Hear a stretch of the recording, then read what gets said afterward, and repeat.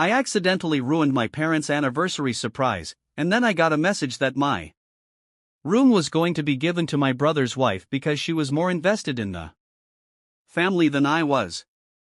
It all started with what seemed like a perfect idea, to organize a surprise for my parents' anniversary. I wanted to do something they would never forget, something special. Something that would show how much I appreciated their love and everything they had done for me. The middle of summer, the long evenings, was the perfect time to celebrate, but it wasn't easy. Secret was the most important part. I planned everything meticulously, from choosing the gift to the place where it would take place.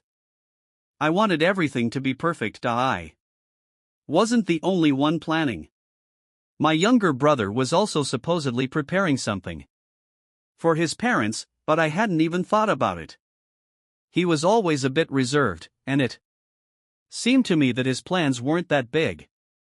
I didn't notice that his wife had been spending more and more time at our house lately, that she had actually started interfering in everything related to family matters. I thought it was normal, just help, support. The date was approaching, and I was working like a bee. After work, I went to the shops, made arrangements with friends, ordered special things, everything to make the surprise unique. I kept everything a secret even from my parents, because they could ruin everything by starting to ask unnecessary questions. So I remained calm and focused. The evening before the anniversary, I started preparing. I set the table, arranged candles, decorated the room with flowers. Everything looked magical, and I was sure that my parents would be delighted. I even prepared a short video clip of their joint moments, which I was going to play on the big screen in the hall. My mood was high. I felt that I was doing something really important, but then unpredictable events began.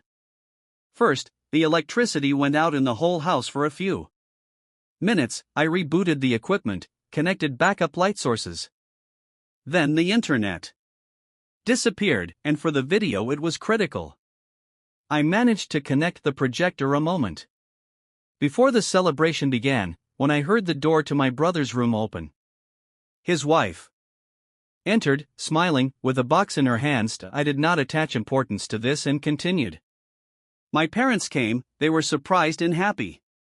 But at the moment when I started the video, instead of the prepared frames, a strange flickering picture came from the projector. A failure in the file. I tried to restart, but everything was in vain. The room became uncomfortable. The tension was growing. Then I saw that his wife was standing next to my father and whispering something in his ear, and he frowned. Then everything got even worse. My father turned to me with words that I did not expect to hear. "We have made a decision." And those words shattered my dreams and plans. They said they were giving my room to my brother's wife because she was contributing more to the family. I stood there, silent and heartbroken, trying to understand what had just happened. This was just the beginning. My life was changing rapidly, and I had no idea how deeply it would affect me and our entire family. There were many questions ahead, many discoveries, and many conflicts that I had to go through. After the day they announced to me that they were giving my room to my brother's wife, everything changed. I returned to an empty room, into which they had already managed to bring in someone else's things. The feeling was unbearable. It was not just my personal space, it was my little world, the only zone of peace where I could hide from all my problems. Now this world was taken over by other people's things, other people's smells, other people's voices. I felt like I was starting to disappear from my own home. My parents acted as if nothing had happened. They talked about everyday things, about plans for the future, as if there were no resentments or disappointments. But I could see that behind their eyes was some other truth, a truth that they did not want to reveal to me. I was hurt and ashamed at the same time. I did not understand how this happened, and whether it was my fault. My brother behaved strangely, as if he did not fully understand what was happening either. But his wife became more and more domineering and impudent. She did not just take my place, she began to dictate the rules in the entire family. Her voice became the main one, her opinion was final. She accused me of irresponsibility, of not helping the family the way she did. Her words sounded like sentences, and I could not resist her. I began to seek support from friends, tried to find other places where I could forget about what was happening for a little while. But it was all in vain. Family conflicts were seeping everywhere, even where I didn't want them to be. The house was getting colder and emptier. One evening, when I returned home, I saw that the door to my former room was open. My brother's wife was sitting there, staring at her phone, smiling as if nothing had happened. I asked if I could talk. She looked at me coldly and said that the family no longer needed my presence in this space. She was not going to give in. Then I realized that this was not a fight for a room, but for control over everything that was dear to me. For my place in life, for my right to be heard. I began to plan how to turn everything back, but I realized that to do this I would have to take steps that I had not dared to take before, and that's when strange things began. Messages that came to my phone, although I had not given anyone my number. Notes left that seemed to be written in my own handwriting, but the words were someone else's. Something or someone was trying to tell me something. I began to doubt my own reality. It seemed that the family had become an arena where everyone played their part, and I was left out. I could no longer bear the silence. I had to find the truth, no matter how bitter it was. Because only then could I begin to change things for the better. It started with the fact that I noticed strange movements in the house at night. The light in the hallway flickered, as if someone was trying to sneak in unnoticed. I got up and quietly walked to the former room. The door was slightly open, and a shadow flashed in its slot. My heart was pounding, but I could not escape. I entered and saw her standing there, my brother's wife, with an expression on her face as if she held the keys to the whole house. I said that this was my room and that I wanted my place back. She smiled ironically and replied that the family had already made a decision, that she was the one who did more for the house. Her voice sounded like a sentence, not a proposal.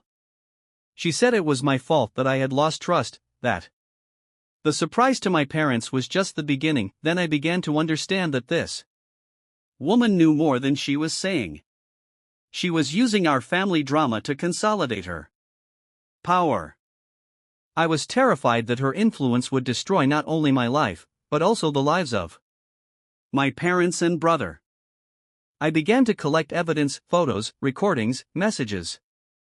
I wanted to show the truth, but no one wanted to listen. My parents seemed to have withdrawn. Their views were shattered, they did not know how to stop this storm. My brother was silent, as if he did not exist, and I was left alone in this chaos. One day I received a secret message: "You are not alone. We see what is happening." It was anonymous, but it gave me hope. I began to meet with other family members who also felt the pressure but were afraid to speak up. Together we began to plan how to restore balance and stop this unjust coup. Suddenly, things began to disappear from the house. My documents, photo albums, even my favorite books, all of this simply disappeared without a trace. It seemed that someone had deliberately erased the traces of my existence. This was not just a fight for a room, this was a fight for memory and the right to be myself. I began to notice strange signs, notes that appeared on mirrors and then disappeared, whispers that sounded at night, and cold glances that seemed to pierce through the walls. Something in this house became sinister, and I felt that I had fallen into a trap that was difficult to get out of. Then, one day, I saw a new message on my phone: "The truth is hidden where you don't look for it." It made me think, does everything that is happening really have a familiar explanation? Maybe this family drama is just a facade for something bigger, something that will change my whole life forever. After that mysterious message, I couldn't stay away. I decided it was time to act. I gathered all the evidence I had accumulated and began to carefully check everything that could shed light on what was happening in the house. I noticed that something was wrong. With the family documents, some records of anniversaries had disappeared, others had been replaced with strange dates that no one could explain. At the same time, I tried to establish a conversation with my brother. He had become strangely cold, as if he were being absorbed by some other force or a desire to avoid conflict. It seemed to me that he knew more, but was deliberately silent. I tried to talk again, but was met only with indifference. As I dug deeper, I noticed that my brother's wife had begun to change not only my room, but also other parts of the house. She had rearranged the furniture, thrown out some of my parents' things, and imposed her own order on everything. Her influence was growing, and it was scary. She hadn't just taken over the room, she had taken over the whole house. One evening, when the house was already quiet, I overheard a conversation. She was talking to someone on the phone. Her voice was cold, and she was mentioning the plan and what needs to be done. I didn't understand the whole conversation, but I definitely felt that it wasn't just family squabbles. The next day I received a new message: not everyone is on your side. Be careful. This added to the tension and anxiety, but I could no longer retreat.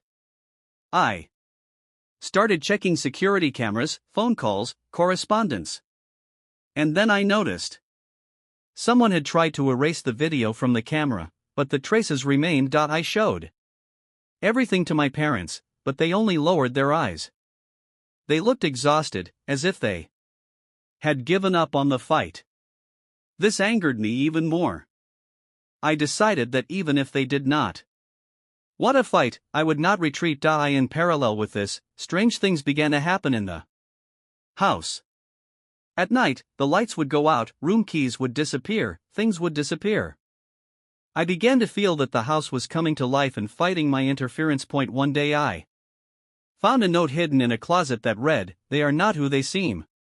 This reinforced my suspicions that there was something more here than just family conflicts. I began to suspect that someone in our family might be part of this mystery, and that the story with the surprise was just the tip of the iceberg. My thoughts spun in circles, and the desire to find the truth grew with each passing day. The following days turned into a real battle. I constantly checked every corner of the house, trying to understand who and what was up to it. The feeling that someone was watching did not leave. Even in the calmest moments, it seemed that an invisible witness was standing behind me. My brother's wife did not hide her control. She began to dictate the rules in the family, turning everything to her own way. My parents seemed to have resigned themselves, and my brother became even more distant. It seemed that he had already agreed that I should leave the room, although he had previously denied it. I found several pictures in the old family photo archives in which she was next to strangers. Their faces did not inspire confidence. This was the beginning of my doubts about her true motives. In the evening, I happened to meet her in the hallway, when she was silently looking out the window. She knew I could see her, but she didn't say a word. Her cold gaze seemed to say, "You can't stop me." That same evening, I received another message: "Remember, every step is behind you." My heart sank, but fear turned to determination. I realized that I had to act quickly, because time was running out. After a long night of reflection, I decided on the riskiest step of all: to go into my brother's room. There I found a notebook with notes that left no doubt that he was hiding something. There were plans, diagrams, and even names that did not belong to our family. Suddenly, there was a sound from the room. Someone was approaching. I quickly hid the notebook and went out into the hallway, where I met her again.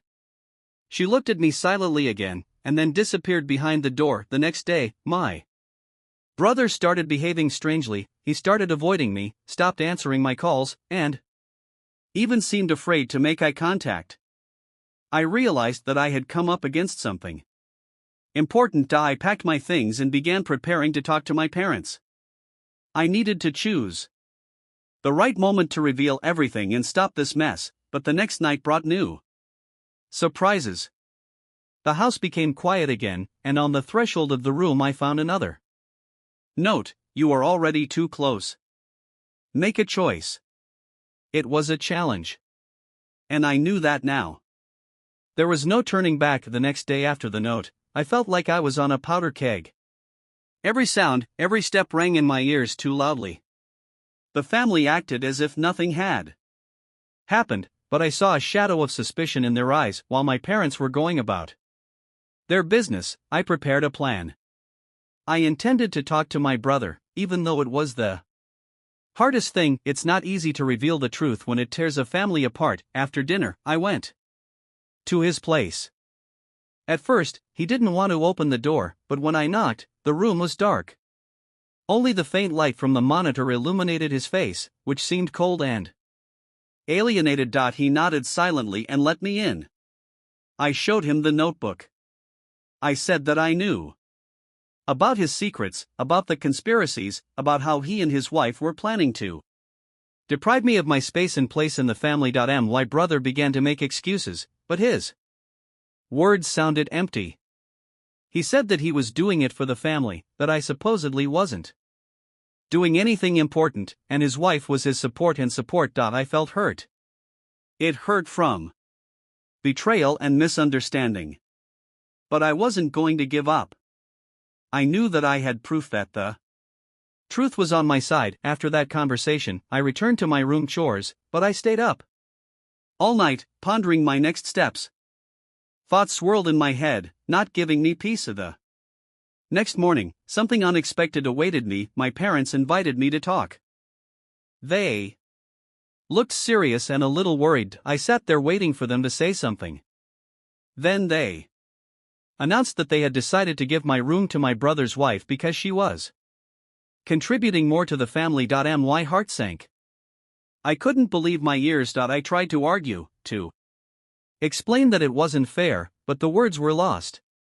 My parents were adamant. A sense of defeat overwhelmed me, but I knew it wasn't the end. I wouldn't give up. That evening, I found another note on the doorstep: "Choose, go or disappear." The next day promised to be a crucial one. I woke up early and immediately realized that today was a crucial day. Every movement around me seemed filled with meaning, even though no one was paying attention.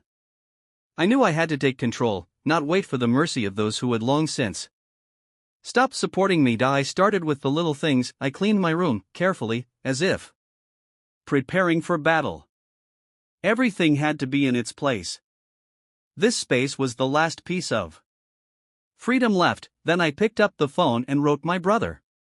Not a letter, but a short message: "Let's talk today." The answer was not long in coming: "Okay." In the evening. The day dragged on slowly, and thoughts swirled around how to turn everything around. However, my nerves began to fail. It was difficult to keep a cool head when a storm was raging in my soul. In the evening we met in the living room. My brother was sitting in an armchair, his wife standing next to him, with a slight mocking expression on her face. My parents had disappeared somewhere. I began to speak directly. Without unnecessary words. Without insults. I told him about my feelings, about how unfair my family's treatment was. About how I felt like a stranger in my own home. They listened, but their faces remained impenetrable. Then I took an unexpected step. I took an old photo album out of my backpack. I started flipping through the pages, showing the moments when we were together, when we laughed, when we supported each other. It was the last flash of hope to remember what once connected us. Suddenly the door opened, and my parents appeared. They looked at the photo album, then at us. No one said a word, but I saw something change. In their eyes. We sat in silence, and tension hung in the air. Then I received a new message. Wait for tomorrow. Everything will change. My heart beat faster. It was like a challenge. Ready for it. The next morning I woke up with a strange premonition. The air was thick and heavy, and the light seemed somehow muted, as if someone had turned the brightness of the world to a minimum. The phone lying next to me flashed again with a new message. Get ready. Everything will change today. My heart beat faster, but I tried not to show my excitement. After getting dressed, I slowly walked out into the living room. There, as always, sat my parents, my brother and his wife. Everyone was waiting in silence. But this silence was taut, like a string about to break. All my attempts to understand what was happening were shattered by this tension. My father looked at me with a severity that I had never seen before. He began the conversation, and his voice was calm but cold, devoid of its usual warmth. We saw you trying to change the situation, he said. And that's right. Because family is not just about the past, it's also about what we're creating right now, in this moment. I listened, but my heart was beating wildly, waiting for what was to come. Hurt, we've decided, my father continued, that your room will be given to your brother's wife. All eyes slowly turned to me. I understood that this wasn't just a punishment, it was a symbol that I was losing my place in the family and that I had to start over, on a different level. But, my father said, we don't want you to feel like an outcast. You have the option of moving to another apartment that we bought a long time ago and kept for you. These words sounded like salvation and at the same time a challenge.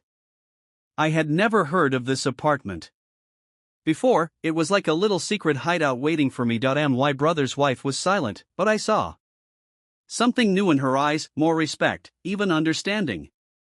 It seemed she no longer wanted to be a shadow in this family, but had become an equal among equals. My brother looked at me and, saying softly, now we are all equals, seemed, albeit with some bitterness, to have truly accepted this new dynamic. It was a new beginning. Although painful, it was honest. They weren't trying to break me, but rather to give me a chance to become better and stronger. I began to pack my things. Each item reminded me of what I was losing, but also of what lay ahead. As I entered my new apartment, I felt my fear and uncertainty gradually dissolve. The space was bigger, brighter, and it was a real gift, the opportunity to start all over again. Evening was falling, and I sat by the window, looking at the quiet moon shining in the darkness. There was a feeling that the world had stopped, but at the same time, and that I was standing on the threshold of a new life, that everything was just beginning. I understood, real strength is not in holding on to the old, but in accepting changes and moving forward.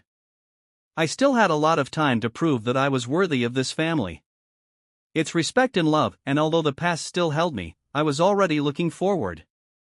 Because real life is not about masks and deception, but the honesty with which you meet yourself.